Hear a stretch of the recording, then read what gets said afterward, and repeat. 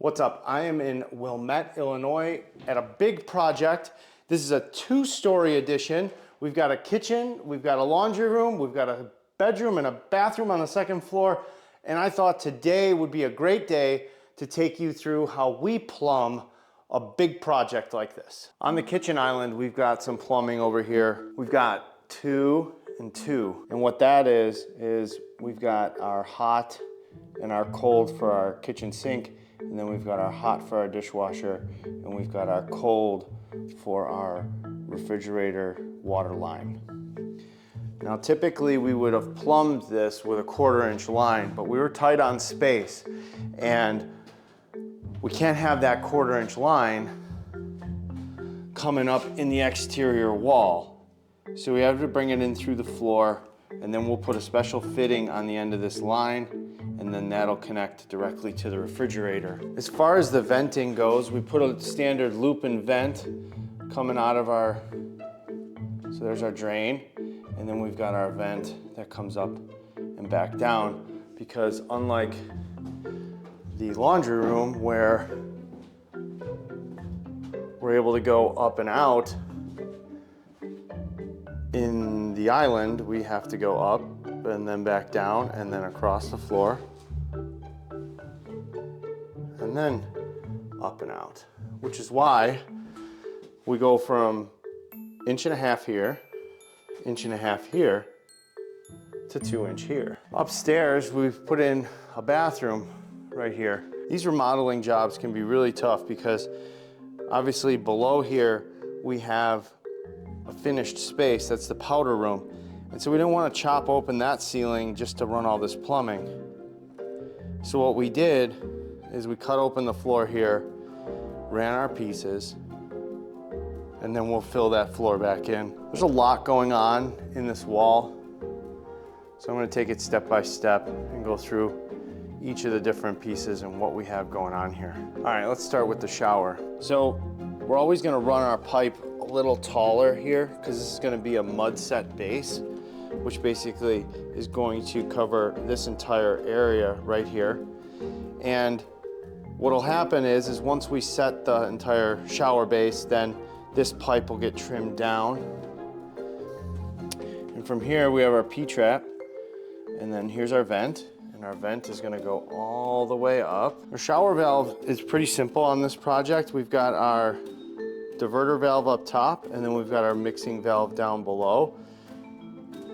That'll get trimmed out with, you know, your normal hot and cold here, and then this will actually divert between a shower handheld and our shower head. Here's our air chambers that are coming up out of the top. Make sure that our pipes don't rattle. This is an interesting thing that we've been seeing a lot more of, is we'll put this foam on the hot water to keep it nice and warm. The benefit to that is it shouldn't take as long for the hot water to get hot. You know, you got to turn the valve on and then wait forever. By doing it this way, where we put the foam on there, it really seems to help a lot. Then we come across to our toilet, and the toilet's got to be 12 inches off the roughed wall or finished wall, so like 12.5. This is a tricky measurement. You want to make sure you check the toilet, and then also make sure you know what the wall covering is going to be, because it could be different from 1/2 to 5/8, and then if you're going to put tile in front of that, you got to make sure that this is set far enough away from the wall.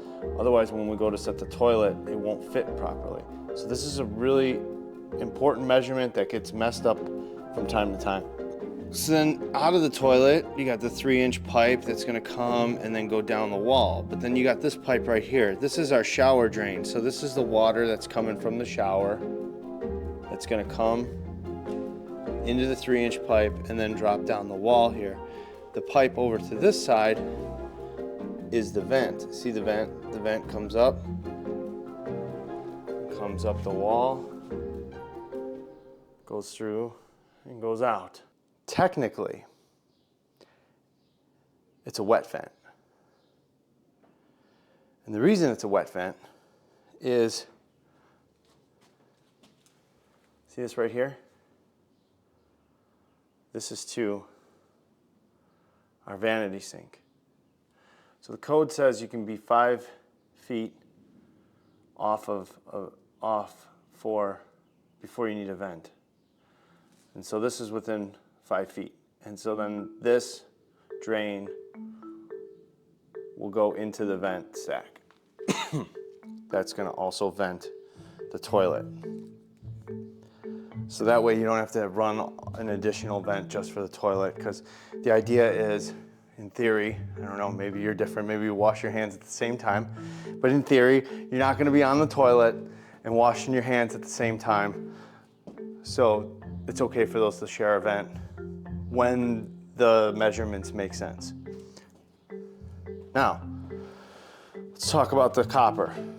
You'll notice you have a 1/2 inch line that goes to the shower. Now, you go 10 feet in 1/2 inch, then you have to bump up to 3/4.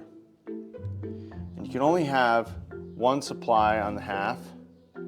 And then you'll see here we have a 3/4 T fitting, and then air chamber and toilet stub.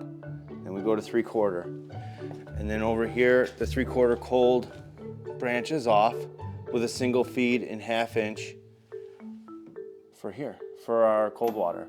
And then we've got our hot water, it's 1/2 inch. It's gonna come back in, and then it ties into a 3/4 line, and both of those go down the wall. On the other side, we have older plumbing. So, a little different, not as straight. We've got this, I'll hold this as straight as possible. You got the old vent right here, and it just goes zoom up there and then up and out, where our stuff is a lot more straight. So that's how you can tell the difference.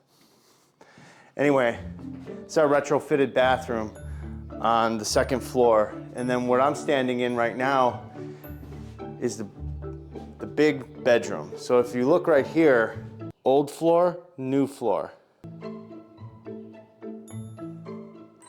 So we're able to double the space of this room, which is super cool. And then we also got this nice closet right here. And remember that vent from the laundry and the kitchen sink? That's coming up here.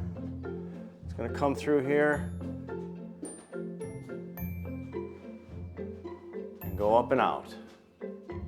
But it also ties in with the bathroom. So we really try not to tie into old existing stuff whenever we're remodeling these projects, especially on a big project where you have a new bathroom and a new kitchen. We want to make sure that we're doing things to up to code.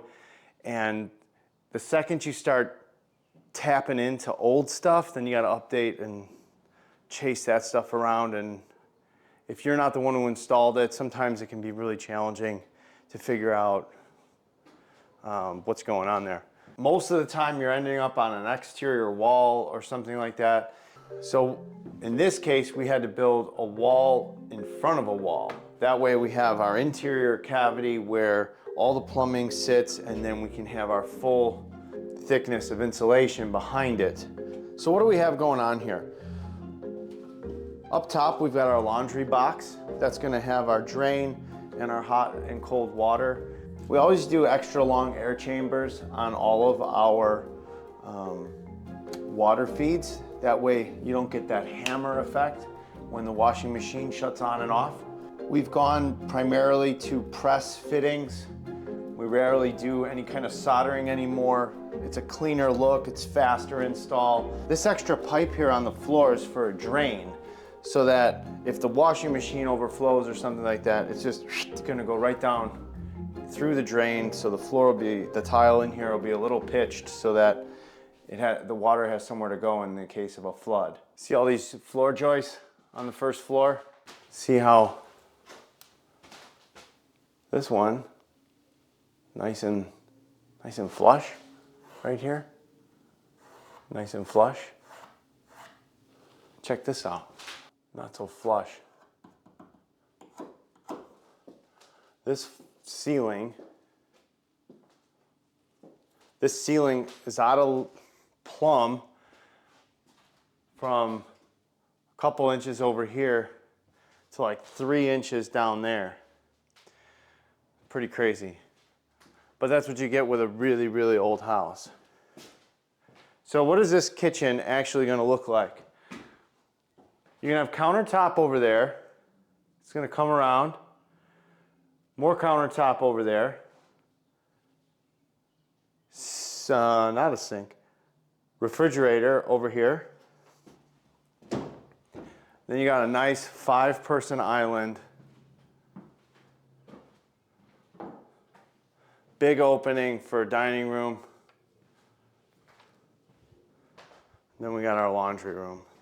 Well, listen, I got places to be and people to see. I'll see you next time.